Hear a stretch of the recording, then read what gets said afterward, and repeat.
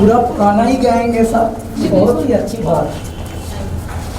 तो मैं कुछ अभी तो बस एक हाँ। पहले जूम का कर रहे हैं हम लोग। आइए उससे पहले जूम करेंगे। हाँ जी, वो अगली शर्ट बदल लेंगे। या विशाल, कैन यू सी मी?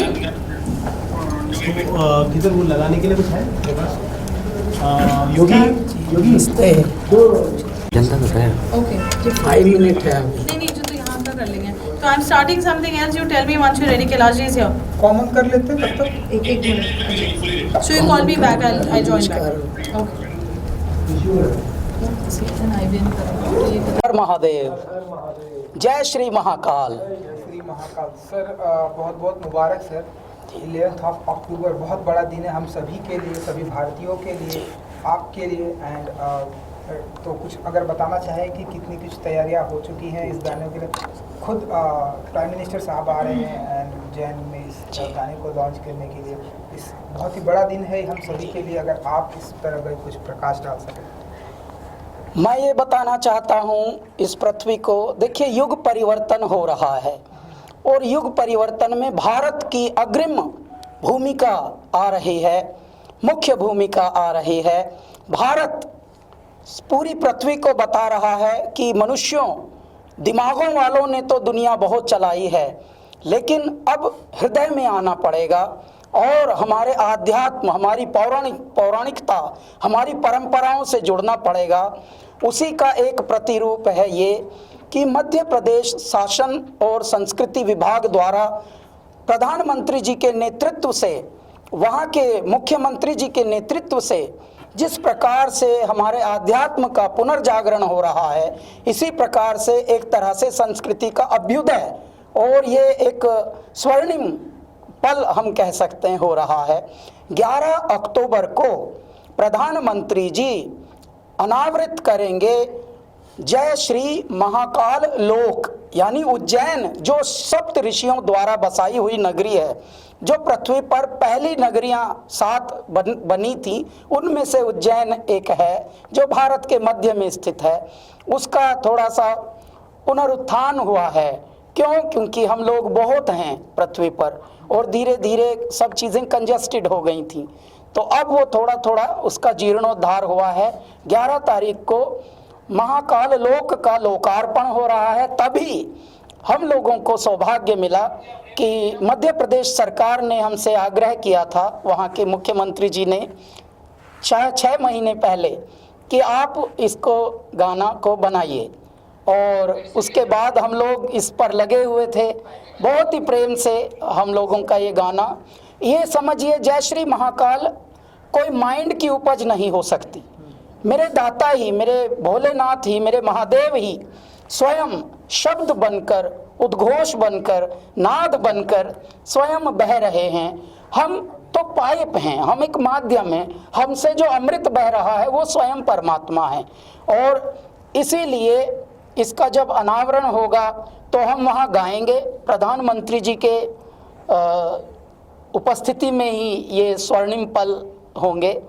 तो 11 अक्टूबर को आप सभी से अनुग्रह है, प्रार्थना है कि जितने भी टीवी हैं, जितने भी न्यूज़ चैनल हैं, जितने भी यूट्यूब हैं धरती पर, जितने भी सोशल मीडिया के आजकल मंच बने हैं, कृपया उनसे जुड़े रहिए। भोर है ये पृथ्वी पर, भोर में ब्रह्म मुहूर्त में होगा। 7 बजे का ही हमें समय आवंटित हुआ है ब्रह्म मुहूर्त में सुबह, यानी जब सूर्योदय होगा तभी जय श्री महाकाल का उद्बोधन हो रहा होगा। तो आप कृपया जुड़े रहिए और अपना आशीर्वाद परमात्मा से प्राप्त कीजिए और हमको स्वयं दीजिए। कैलाश जी, हिस्ट्री में आपका नाम, जब उज्जैन कॉरिडोर की बात की जाएगी, आपका नाम सबसे ऊपर रहेगा।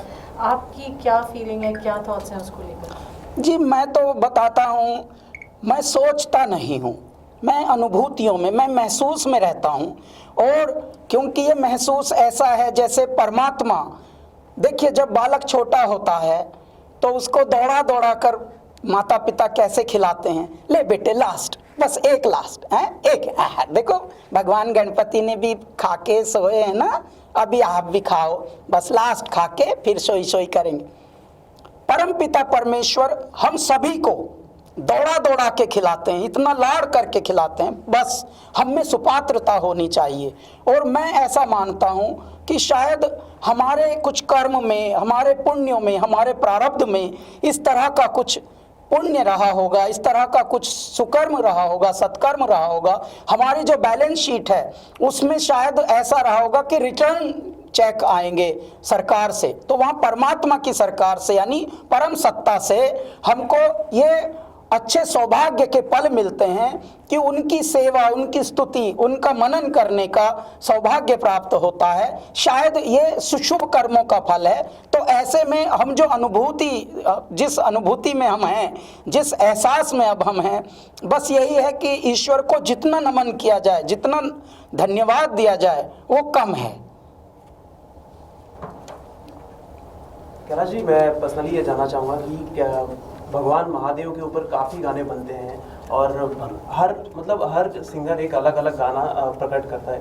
मैं जानना चाहूँगा आपसे कितना मुश्किल होता है कि वो एक ही टॉपिक, मतलब एक ही महादेव को लेकर वो बार बार वही चीज़ें गाना, कितना प्रिपरेशन करना पड़ता है उस चीज़ के लिए? ऐसे तो इस पृथ्वी पर हर कार्य हो चुका है, कोई भी ऐसा नहीं जो अब तक ना हुआ हो, परंतु काम करने का ढंग जो होता है वो निराला होता है और वो आपको भिन्न कर देता है। आज तक बहुत गाने बने थे, लेकिन पृथ्वी पर जब हम लोगों का पदार्पण कराया ईश्वर ने, तो हमारे ढंग अलग थे, हमारा रंग अलग था, हमारी खुशबू अलग थी। इसके लिए जो गाने मात्र मंदिरों में, देवालयों में और इस तरह की जगहों में, आध्यात्मिक स्थलों पे बजते थे, वो धीरे से क्लबों में आ गया, युवाओं तक आ गया। अगर बम बम बम बम बम बम बम बम बम लहरी, अगर बम बम बम बम बम बम बम बम बम लहरी। और 18 साल हमारे जीवन को हो गए संगीत में। अभी भी जो आज के गायक हैं, आज के संगीत के साधक हैं, वो लोग भी इस पद्धति को अपनाने के लिए उत्सुक हैं, जिज्ञासु हैं। परंतु आज भी जब हम कुछ नया करते हैं तो वो करते हैं जो पहले न किया हुआ हो। देखिए, शब्दों से लेकर नाद तक, इस जय श्री महाकाल एंथम में भी हम लोगों ने 21 सपेरे जो बीन बजाने वाले होते हैं वो भी मंच पे, गलियों में नहीं, जो मंच पर यानी जो परफॉर्मर्स हैं वो आए थे। और टोटल जो संगीत के साधक इसमें जुड़े 108 हमारे मन के होते हैं जपने के। 108 संगीतकारों ने इसमें अपनी समझ लीजिए यज्ञ में आहुति दी है। और 21 जो बीन प्लेयर थे वो आए थे, साधक बोलता हूँ मैं उनको, और वो महादेव के, वो नाथ संप्रदाय के होते हैं, महादेव के भगत होते हैं वो। तो बगल बच्चा बज रहा है। इनफैक्ट आप दंग हो जाएंगे, आज हमारा शूट है वीडियो का और उसमें भी हम बगल बच्चा लेकर ही नाचने वाले हैं। हमको नाचना नहीं आता, लेकिन हम क्या करने वाले हैं, हम पगलाने वाले हैं ऐसे करके। तो आप देखिएगा, देखिए परमात्मा को जो प्रेम करते हैं आप तभी कर सकते हैं जब पूर्ण समर्पण हो। यदि आप माइंड से कुछ उपज करेंगे तो मनोरंजन का कार्य हो जाता है।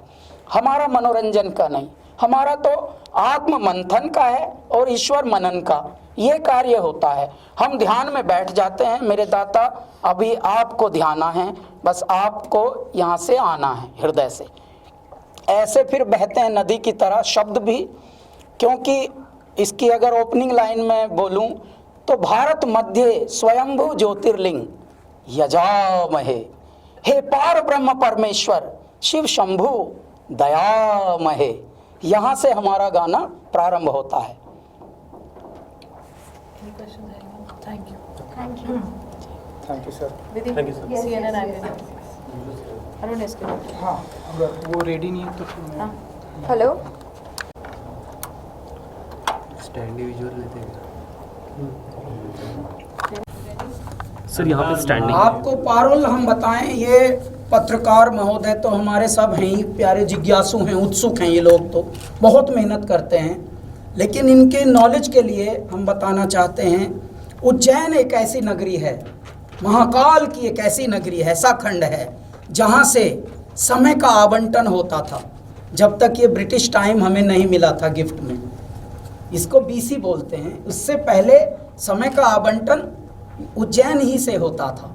आज भी संवत जो आता है वो विक्रम संवत आता है, जो विक्रम तिथि आती है वो महाराजा विक्रमादित्य की जो उज्जैन नगरी राजधानी थी अवंतिका, उसी से आता है। देखिए महाराजा विक्रम का आज भी संवत चलता है, आज भी हमारे पांचांग उन्हीं के नाम से चलते हैं। वो समय बांटते थे कि अब ऐसा होगा, अब सूर्यास्त इतने बजे होगा, कल का चंद्र ग्रहण इतने बजे होगा, ऐसे होता था। लेकिन बाद में हमें ग्रीनविच यूरोप में एक जगह है, अब वहाँ से मिल गई जगह, वहाँ से बंटता है टाइम कि इंडिया में इतना बजा है और मॉस्को में इतना बजा है, न्यूयॉर्क में अब इतना बजा है।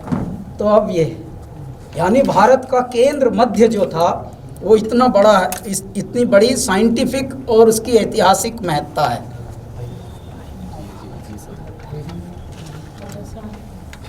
डन जी, विजुअल्स हो गया? रेडी? काम हो गया साहब? हम चलेंगे।